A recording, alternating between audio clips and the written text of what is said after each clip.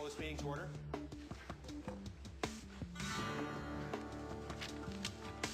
Delegations. Questions to Mr. Longworth. Councillor Neal. Mr. Longworth, thanks for coming out tonight to speak on this very important issue.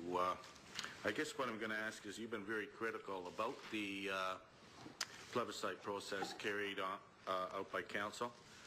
What exactly are the shortcomings that, as you see them, and can you give some examples of what other places have done in carrying out this important question, Mr. Longworth?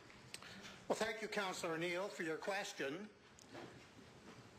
If Council was serious about soliciting public opinion on this question, they would have followed a serious process in order to get that information. Can you imagine in Quebec, when they had the referendum, whether Quebec should secede from Canada or not? Can you imagine what would happen when the government of the day tried to keep it quiet, tried to keep all of the information close at hand?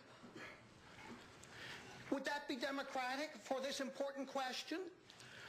And let's understand what the real questions are supposed to be. It's about the $25,000 that you wish. And I would just suggest...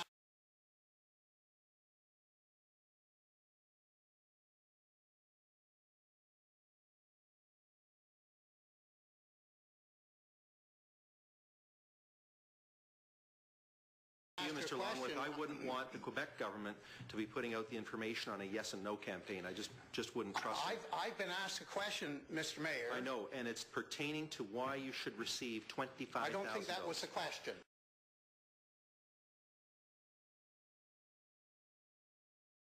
Well, that's the topic that you're here for. That's the topic that you're here for. There is a recommendation that you not receive $25,000, and we should be sticking to that topic.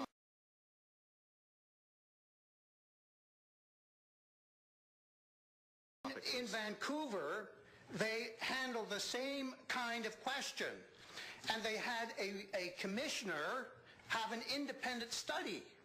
Judge Berger of the Supreme Court had an independent study. He went around the city, had 20 hearings, and for people who could not attend the hearings, he had those hearings televised. He produced an independent 158-page document. The City of Vancouver funded a yes side and a no side. These were publicly funded sides. They had reams of information documents. They had these translated into all of the common languages used in the city. They encouraged people to have public meetings. The city had a website, and on that website they advertised all of these public meetings. The meetings were on television. The meetings were on radio. Like, they had a serious question. They wanted a serious measure of people's attitude toward the question, and therefore they approached the question very seriously. What did Oshawa do? Your next question Not a thing.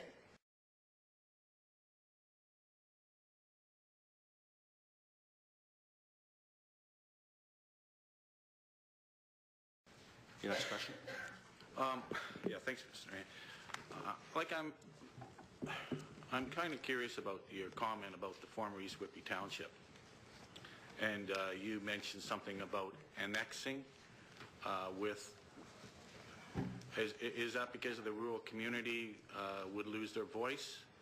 Or what are you suggesting as far as the Raglan-Columbus area and a large part of Oshawa, as you know, and an important agricultural area?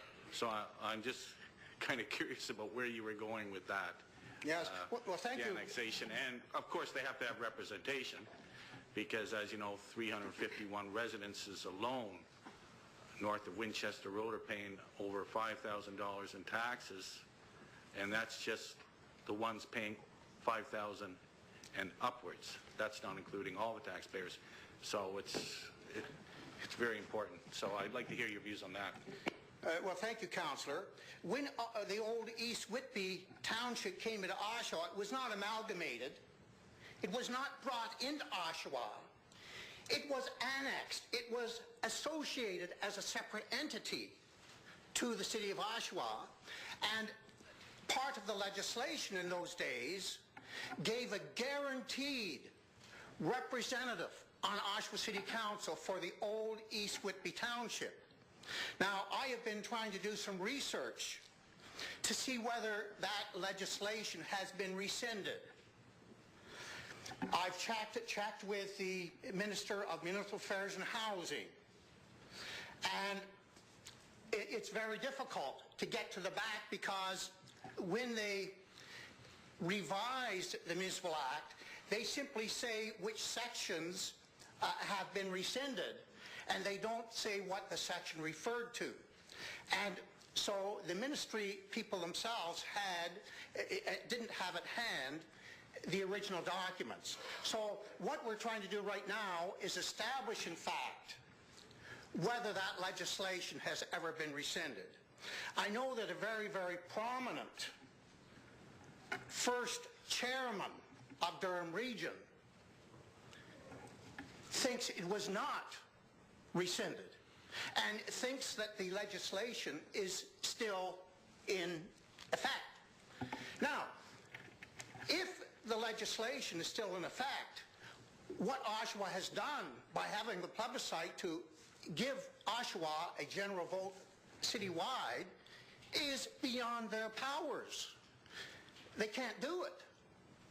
Secondly, because the rural area, as you said, has only 351 residents or voters, the rural area. No, it was 351 paying over $5,000 in taxes. Okay. That's nothing to do with population. Nevertheless, and just remember, this bylaw isn't to do anything about, municipal boundary changes or anything like that. Just changing from a ward system to a general vote. Yes, and one of the impacts may very well be saying Old East Whitby was annexed into Oshawa, and you're changing the rules and taking away their rural representation. Maybe they should annex themselves with Port Perry. That makes a reasonable, that would be a reasonable change, since Port Perry deals with rural areas. And so if you're not willing to represent the interests of the farmers here in Ward 7, maybe they should look elsewhere. I think and because they were annexed and not amalgamated, it's an easier process than amalgamation. Mr. Longworth, you jumped to conclusions. If you could just make your answers a little briefer, please. Councillor Neal, do you have any further questions? Well, it's interesting you're talking about like annexation with Scugog. I don't know, maybe the taxes would be lower, there'd be some benefits, but I guess that would be something to look at, because I know they have it's not on the table here tonight. No, I know, but the area, that area in the far north, as and the whole issue of municipal restructurings, I don't think is on the provincial radar right now. Well, I happen to be a regional councillor, so I mean I deal with Scugog. That's why we have a. I know. That's why we're going to have a transit system right up the corridor, the Central Street. Thank you, Councillor Neal. If you could just try and deal with the subject at hand. I know sometimes it's difficult. Councillor Luce. Mr. Mayor, I'd like to give you a motion to allow the delegate another 5 minutes to finish up on his points. Second. Seconded by Councillor Neal. Those in support of extension? Those opposed?